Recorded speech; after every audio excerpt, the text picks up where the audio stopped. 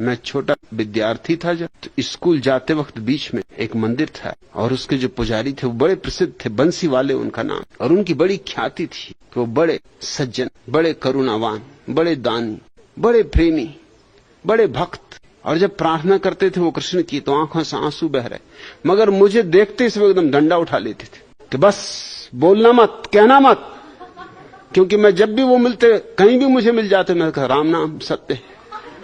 इससे वो बहुत नाराज होते थे कि तू है कैसा, तुझे कुछ पता है कि जब कोई मर जाता है तब कहते हैं राम नाम सत्य, मैं अभी जिंदा हूं। वो पूजा कर रहे होते बंसी वाले की पुकार लगा रहे होते, मैं उनके मंदिर में पहुंच जाता, मुझे देखते बंसी वाले को भूल जाते कि तू बाहर निकल, देख बोलना मत, वो बात मुंह से ही मत निकालना, वो बात ही गलत है, तुझे कुछ समझ ही नहीं है। जब देखो तब वही कह देता। मैं पूछता क्या, वो कहते कि मैं नहीं कह सकता क्या। जब उनको मैं बहुत सता चुका, एक दिन आ गए वो अपना डंडा लिए मेरे पीछे पीछे मेरे घर पहुंच गए।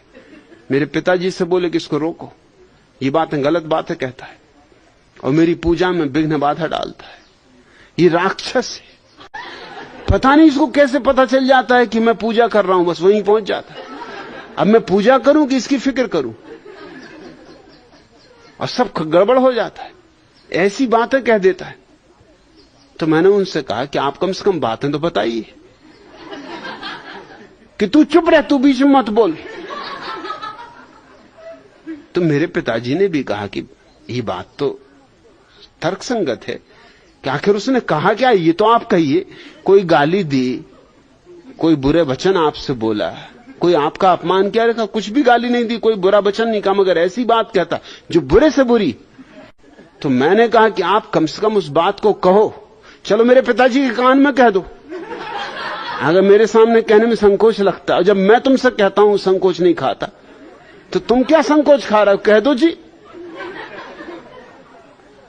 वो मुझे डांटे कि तू चुप रहे, दो बड़े बुजुर्ग बातें कर रहे हैं तो इस बीच में बोलने की जरूरत नहीं। मैंने कहा बात मेरे संबंध में हो रही और निर्णय मेरे संबंध में होना, इतना मुझे हक होना चाहिए। अगर तुम ना कह सकते हो तो मैं कह दूं कि नहीं, बिल्कुल मुंह से मत बोलना, वो बात कहने की है ही नहीं। जब वो चले गए तब मेरे पिताजी ने मुझसे पूछा कि बात क्या है आखिर। यहाँ आदमी तो सीधे साधे हैं, भोले भाले हैं, और इनकी तो गांव में बड़ी प्रतिष्ठा है, और ये एकदम भन्नाते, तुझे देखते से एकदम इनको रोष चढ़ जाता, डंडा हाथ में पकड़ लेते, कपने लगते। बात क्या है? मैंने कहा कुछ बात नहीं, जो आमतौर से लोग कहते हैं राम नाम सत्य, वही मैं इनसे कहता हूं। मेरा कहना यह है कि मर के किसी से कहने में क्या सार है। अब वो बेचारा सुन ही नहीं रहा, वो तो कभी के मर चुके, वो तो ठंडे हो चुके। अब उनसे तुम कह रहे राम नाम सत्य। अरे जिंदा को याद दिलाओ, मैं इनको याद दिला रहा हूं, बूढ़े हो गए, अब याद आ जाए तो अच्छा है। वो बोले कि ये बात तो ठीक नहीं कहना, ये जिंदा आदमी से कहनी नहीं चाहिए। मैंने कहा ये भी अजीब हिसाब है, मुर्दे से कहो कि राम नाम सत्य और जिंदे से कहो मत। सोचने लगे वो, उन्होंने कहा कि बात तेरी ठीक है, तेरी बातें अक्सर ठीक होती, मगर उनमें कुछ ना कुछ गड़बड़ जरूर होती, तू भी कहां से खोज लाता।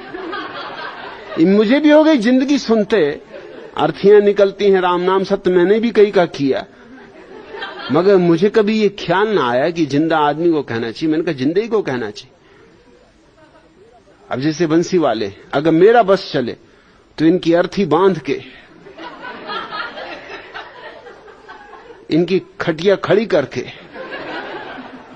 और बाजार में घुमाऊं और राम नाम सत्य का डुंडारा पिटवाऊं, तो ये बेचारे सुने, इनको कुछ अकल आए।